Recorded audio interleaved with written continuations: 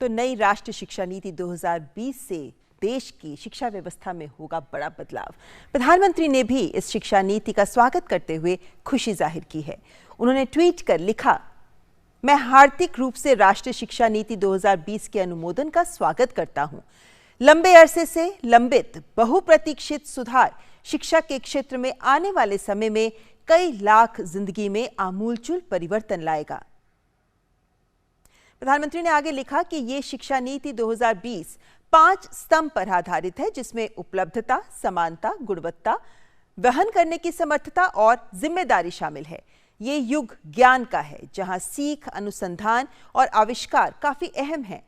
नई शिक्षा नीति भारत को एक ज्ञान के केंद्र के रूप में विकसित करेगी। प्रधानमंत्री ने आगे लिखा कि राष्ट्रीय शिक्षा नीति स्कूली शिक्षा की सार्वभौमिक उपलब्धता की अहमियत को सुनिश्चित करेगी। उसमें बेहतर आधारभूत संरचना, आविष्कार परक शिक्षा केंद्र के जरिए पढ़ाई बीच में छोड़ने वाले की वापसी, कई विधियों के जरिए सीखने की प्रवृत्ति पर खासा जोर है। और प्रधानमंत्री ने लिखा कि 10+2 के स्कूली पाठ्यक्रम की संरचना को अब 5+3+3+4 के पाठ्यक्रम संरचना से बदल दिया गया है। ये छोटे बच्चों को लाभान्वित करेगा। बच्चों के मानसिक विकास के लिए इसे विश्व में प्रचलित बेहतर चलन के मद्देनजर बनाया गया है। स्कूली पाठ्यक्रम के आमूलचूल परिवर्तन के साथ अध्यापन के तरीकों में भी बदलाव किया गया है।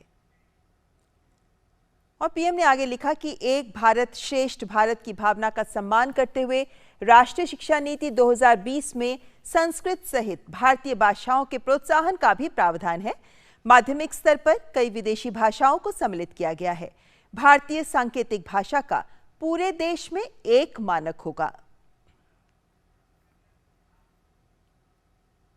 तो पीएम ने भी स्वागत किया है इस नई शिक्षा नीति का।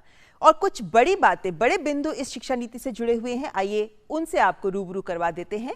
और अगर हम शुरुआत करना चाहें स्कूली शिक्षा से, क्योंकि विभिन्न स्तर पर शिक्षा दी जाती है जिसमें स्कूली शिक्षा का अपना महत्व है, तो स्कूली शिक्षा में जो नीति बनाई गई है उसमें एक ही उद्देश्य है कि प्री स्कूल से माध्यमिक स्तर तक शिक्षा का सार्वभौमिकरण किया जाए, यूनिवर्सलाइजेशन हो जाए।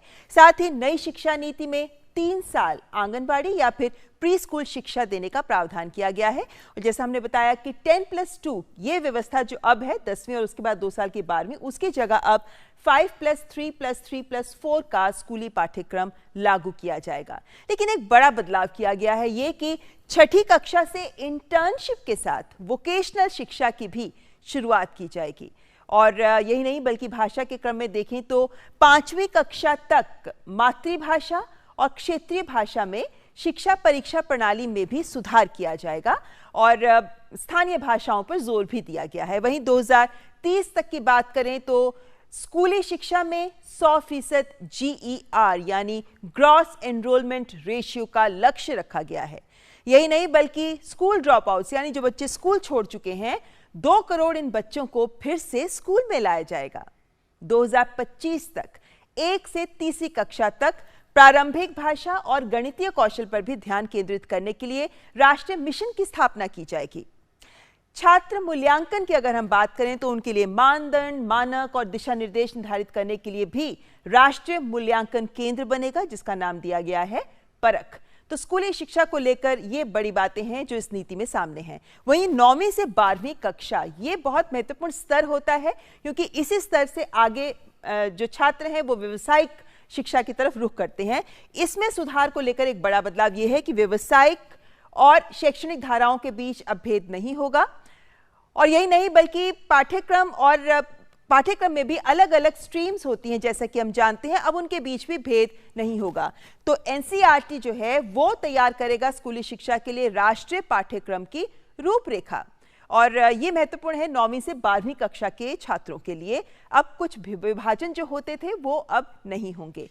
वहीं उच्च शिक्षा की अगर हम बात करें तो उच्च शिक्षा में एक बड़ा लक्ष्य है कि 2035 तक उच्च शिक्षा में ग्रॉस एनरोलमेंट रेशियो का 50% तक बढ़ाया जाएगा।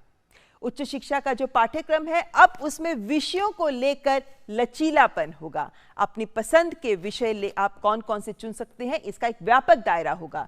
वहीं आपको प्रॉपर सर्टिफिकेट दिए जाएंगे जिसके साथ मल्टीपल एंट्री एग्जिट, एकाधिक प्रवेश और निकास की अनुमति भी छात्रों को अलग अलग कोर्सेज में हो पाएगी।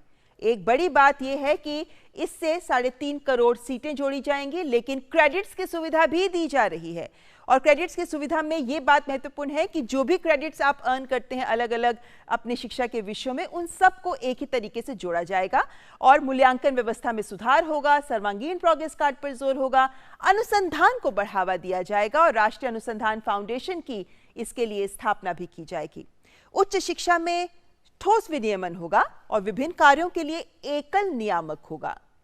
साथ ही 15 वर्षों में संबद्धता प्रणाली यानी एफिलिएशन सिस्टम, इसको धीरे धीरे समाप्त किया जाएगा। महाविद्यालयों की स्वायत्तता जो है उसमें बढ़ोतरी होगी और साथ ही साथ बहुविषयक शिक्षा और अनुसंधान विश्वविद्यालयों की स्थापना होगी। ये मॉडल यूनिवर्सिटीज की तरह काम करेंगे। साथ ही इस शिक्षा नीति में कई नई पहल भी हैं। आइए इस नई पहल पर आपका ध्यान आकर्षित करते हैं, क्योंकि तकनीक पर इस नई शिक्षा नीति के तहत खास जोर दिया जा रहा है और इसके लिए राष्ट्रीय शैक्षिक प्रौद्योगिकी फोरम भी बनाया जाएगा। यही नहीं बल्कि वंचित क्षेत्रों और समूहों के लिए भी लैंगिक समावेशी फंड होगा। स्पेशल एजुकेशन जोन्स की स्थापना पर भी जोर दिया जाएगा। स्कूलों और उच्च शिक्षा में अब बहुभाषावाद को बढ़ावा मिलेगा और इसके साथ साथ राष्ट्रीय पाली संस्थान, फारसी और प्राकृत और भारतीय अनुवाद संस्थान और व्याख्या की भी स्थापना की जाएगी। तो भाषा की ताकत पर भी इस नीति में विशेष जोर दिया गया है। तो ये इस शिक्षा नीति के कुछ बड़े बिंदु हैं, लेकिन किस सोच के आधार पर ये नीति तैयार की गई, किन लक्ष्यों को हम इसके जरिए हासिल करना चाहते हैं, किस तरीके से आने वाले वक्त में हमारी शिक्षा व्यवस्था की भावी तस्वीर होगी, इन सब पर चर्चा करेंगे हमारे मेहमानों के साथ। लेकिन उससे पहले यहाँ वक्त एक ब्रेक का। आप देखते रहें न्यूज़ नाइट।